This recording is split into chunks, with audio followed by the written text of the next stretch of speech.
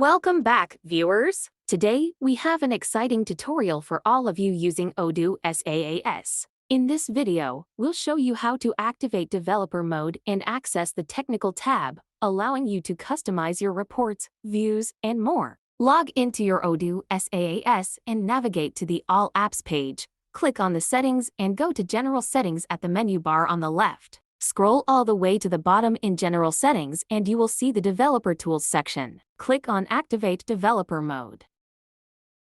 Go back to Setting and General Settings. Now you will see additional tabs on the upper menu bar. Here the Technical tab which allow you do most of the customization. Now, a word of caution. The architecture in Odoo SaaS will be overwritten during future module updated by the Odoo. To ensure your customization working fine in future, we recommend modifications only in inherited views.